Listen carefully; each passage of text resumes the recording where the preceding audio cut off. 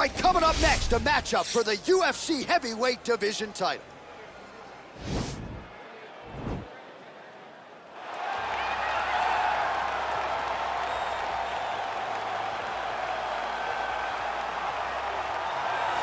Well, for a long time, he's been mentioned with the baddest men on the planet. For a long time, though, the title fight eluded him. Not anymore. Here he is, the #1 heavyweight contender, finally making this walk and cracking a smile. He's waited a long time for this. He's not expecting a 25-minute war. He believes he has the power and the skills to get this thing done quickly.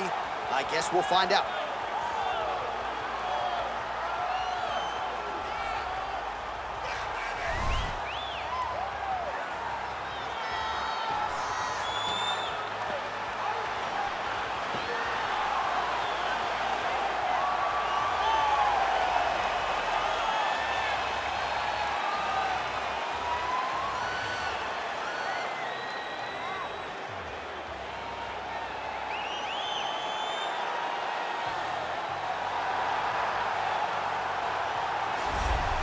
All right, so here he is making his way to the octagon for another heavyweight title defense. This has been the baddest man on the planet now for several years, and he has taken on all comers more often than not, leaving them twitching on the canvas, knockout power for days. The question is tonight, with a challenge like this, can he walk out the way he came in as the undisputed UFC heavyweight champion of the world?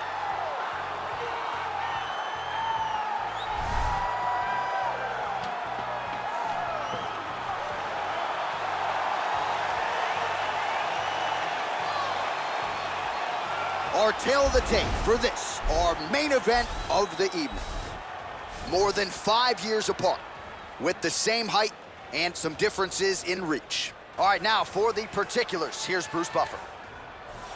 Ladies and gentlemen, this is the main event of the evening. And when the action begins, our referee in charge, Herb Dean. And now, this is the moment UFC fans around the world have been waiting for. Live from the sold-out Toyota Center in Houston, Texas. It's time! 5 rounds for the undisputed UFC Heavyweight Championship of the world. Introducing first, fighting out of the blue corner. This man is a mixed martial artist, holding a professional record of 18 wins, 1 loss. He stands 6 feet 3 inches tall, weighing in at 260 pounds.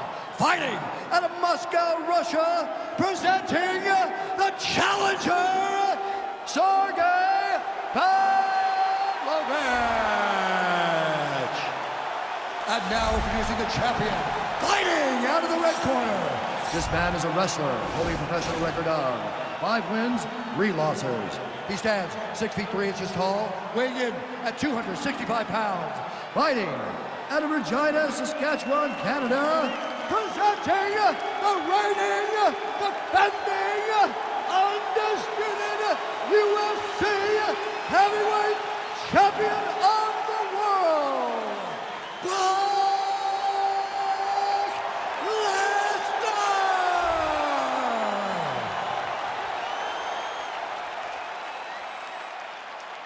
All right, this is for the championship. You've been given your instructions in the dressing room. Protect yourself at all times. Follow my instructions. We will have a clean fight. Touch gloves. Let's make it official. They touch him up, and we are underway. Ready. Ready to fight? All right, so the fight is now underway. On one side, we have a fighter who does everything well, taking on a true grappler on the other side. Going to be interesting to see how long we keep it up. I mean, Damian Maia may be the most specialist type of grappler in the UFC.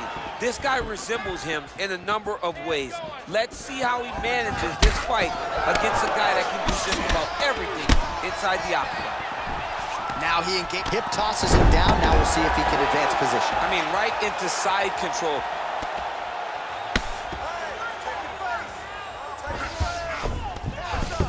Well, anytime you are in a ground fighting situation with this fighter, you're potentially playing with fire. Strong bottom work here, staying busy. Crazy accuracy and efficiency with these ground and pound strikes here. And if you're the opponent, you got to intelligently defend or the referee's going to stop You him. got to defend, but you can see him now starting to gain posture, and the intensity at which he's throwing these ground strikes is starting to improve. It's starting to elevate because he knows that he can get the finish. Oh, really nice work to keep busy off of his back as he lands some more offense here from bottom. Ground and pound strike there now. He's putting him in exactly the positions he needs to be in right now. He's able to relax here, and he understands, being a veteran of so many fights, that as long as he's on top, he's winning. He feels like he's winning here. So a combination of knees here. You don't see this all the time where a fighter will throw multiple knees, but if it's not broken, oh, the master of the transition. Nice scramble. Oh, beautiful entry as he secures the double leg takedown. Nice takedown there.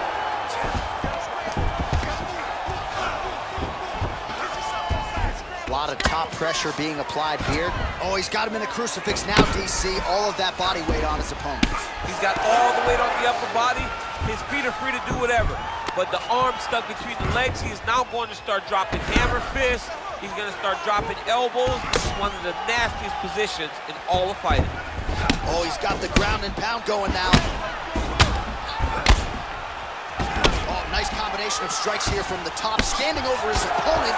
Not unlike Muhammad Ali over Sonny Liston. Oh, that is a good reference. If you're standing and your opponent's on the ground, you're doing really good work.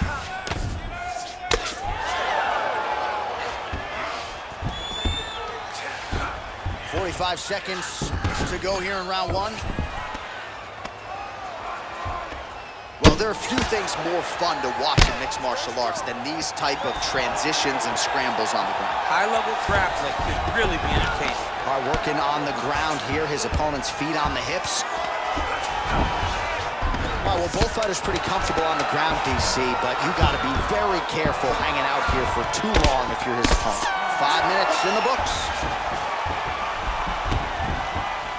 All right, let's look back at some of the action from that previous round, DC. How about just the efficiency when it comes to the ground and pound game? He was able to throw at the right time, secure at the right time.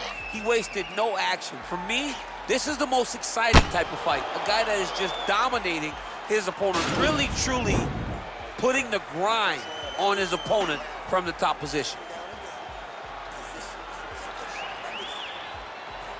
All right, here we go with our next round, and thankfully for his opponent, it begins on the feet because his face was turning into mincemeat with that ground and pound in the previous round. Oh, he got demolished, man. It was punches, it was elbows, it was transitions into the elbows. I mean, he had so much more knowledge in this area that although his opponent is a great ground fighter, jiu-jitsu goes out the window when you're getting punched in the face, and there was no better example of it than what we just saw in the previous round. Just misses there with the left. Starting to do some really significant damage to the body here. Another strike lands there.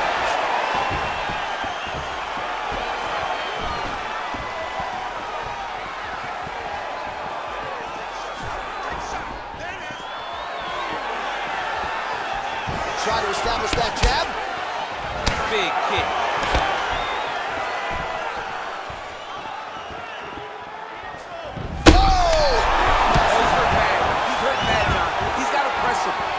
Chase that finish down now. Trying to stay in this fight. Oh!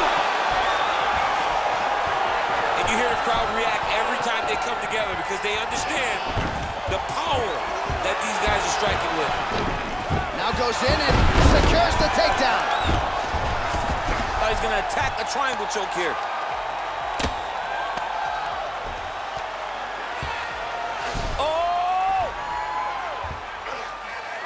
Now he falls back into the finishing position.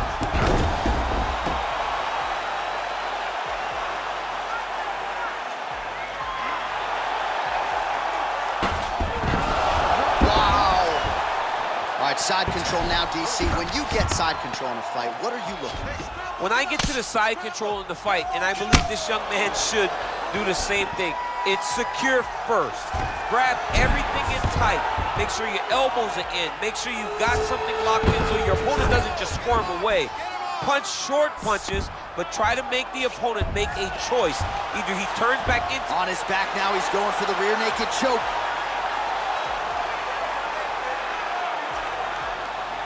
He is doing a really good job of relaxing, not panicking because he's getting choked. He takes his opponent to his side to try to get the finish. Looks like his opponent's trying to turn into the choke here, but there's a lot of pressure.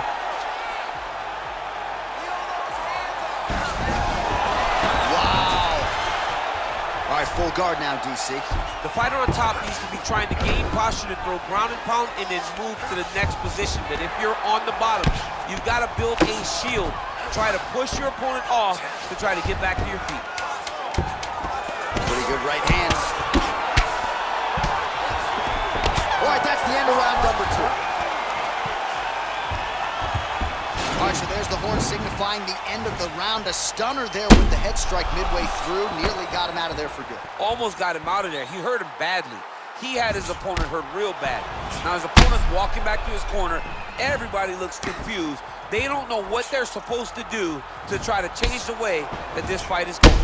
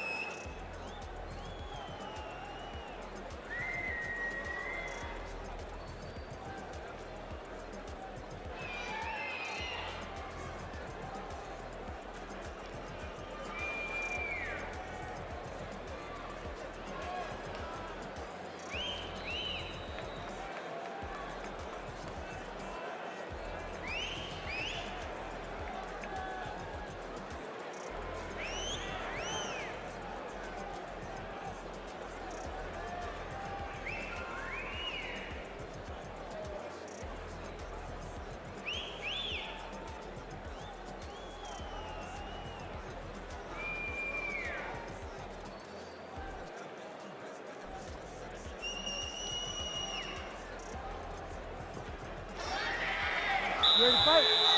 Ready. All right, here we go with this third round of this championship fight. Man, striking class is in session. Beautiful punch there. Great job landing. What a damaging punch. Muay Thai plump. Stuffs the takedown, no problem. Right hand punch from the clinch. And there comes the separation now. Big punch from the clinch. Oh! He's hurt. Serve him up. Go get him. So fighter a little bit stunned, holding on to him now, not doing a ton, just looking to recover. Oh, and now the underhook, DC. He's got the underhook. He's got the far side post. If you're the opponent, you have got to get out of here. Good stick. That's a great punch. Does a lot of... Oh, nice scramble by him there. Takedown defense on point. He is a master in transition. All right, trying to pass here as Glover Teixeira might working on a guillotine. Guillotine. Oh, we're getting a finish here.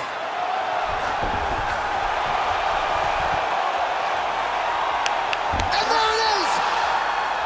He's done, he's done. Oh my goodness, what a fight. Yeah, that is high-level grappling right there as he gets the win tonight here by way of submission, and he bided his time there. He stayed patient, waited for an opening, and then when it was there, he certainly capitalized to get the tap here tonight.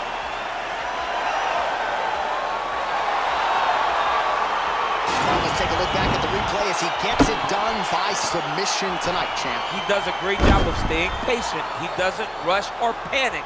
You are never safe when you're fighting this guy. You're in a lot of trouble. You're in a lot of trouble the entire time when you're this good in the submissions.